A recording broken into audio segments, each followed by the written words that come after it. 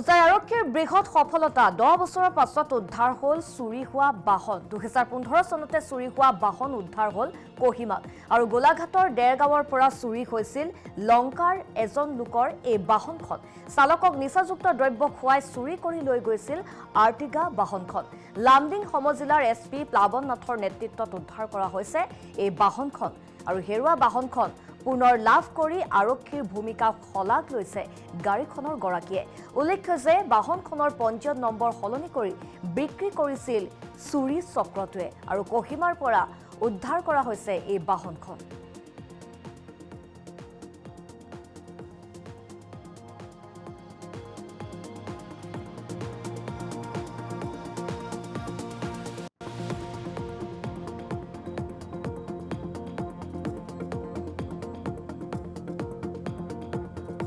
কৰিছে গাড়ীৰ design change কৰি দিছে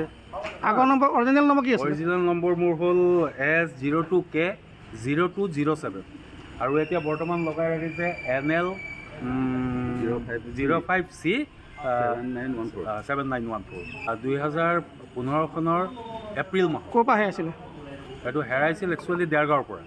ডেৰগাঁও মানে মোৰ ড্ৰাইভাৰ যিজন আছিলে তেওঁৰ কিবা ব্যক্তিগত কামৰ কাৰণে লৈ গৈছিল যে দাদা মই মোৰ অলপ মানে ৰিলেটিভৰ ঘৰত যাব লাগে গাড়ীখন অকণমান দিব নেকি সেইটো হিচাপত মই দিছিলোঁ তো সন্ধিয়াত ঘূৰি অহাৰ কথা আছিল কিন্তু সন্ধিয়াত ঘূৰি নাহিলে আৰু সেইদিনাখন মই কিবা কাৰণত খুব টায়াৰ্ড আছিলোঁ সন্ধিয়াৰ পাছতে মই টোপনি গুচি গৈছোঁ পাছদিনাখন ৰাতিপুৱা যেতিয়া মানে সাৰ পালোঁ সাৰ পাই উজাই আৰক্ষীৰ বৃহৎ সফলতা 10 বছৰৰ পাছত উদ্ধাৰ হ'ল চুৰি হোৱা বাহন 2015 চনতে চুৰি হোৱা বাহন উদ্ধাৰ হ'ল কোহিমাত আৰু গোলাঘাটৰ ডেৰগাঁৱৰ পৰা চুৰি হৈছিল লংকাৰ এজন লোকৰ এই বাহনখন চালকক নিচাযুক্ত দ্ৰব্য খুৱাই চুৰি কৰি লৈ গৈছিল আৰ্টিগা বাহনখন লামডিং সমজিলাৰ এছপি প্লাৱন নাথৰ নেতৃত্বত উদ্ধাৰ কৰা হৈছে এই বাহনখন আৰু হেৰুৱা বাহনখন পুনৰ লাভ কৰি আৰক্ষীৰ ভূমিকা খলাক লৈছে গাড়ীখনৰ গৰাকীয়ে উল্লেখ্য যে বাহনখনৰ পঞ্জীয়ন নম্বৰ সলনি কৰি বিক্ৰী কৰিছিল চুৰি চক্ৰটোৱে আৰু কোহিমাৰ পৰা উদ্ধাৰ কৰা হৈছে এই বাহনখন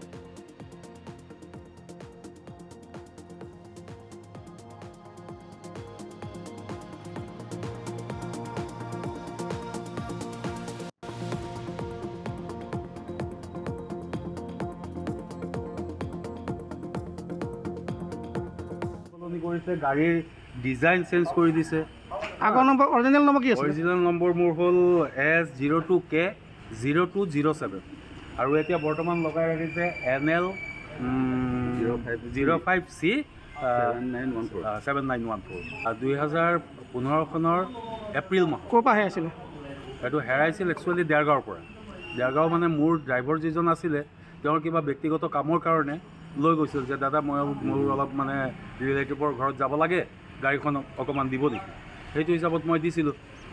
তো সন্ধিয়াত ঘূৰি অহাৰ কথা আছিল কিন্তু সন্ধিয়াত ঘূৰি নাহিলে আৰু সেইদিনাখন মই কিবা কাৰণত খুব টায়াৰ্ড আছিলোঁ সন্ধিয়াৰ পাছতে মই টোপনি গুচি গৈছোঁ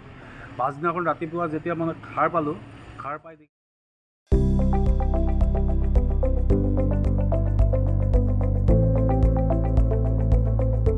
NB নিউজ সহজ সৰল ভাষাত নৱভাৰতৰ কথা।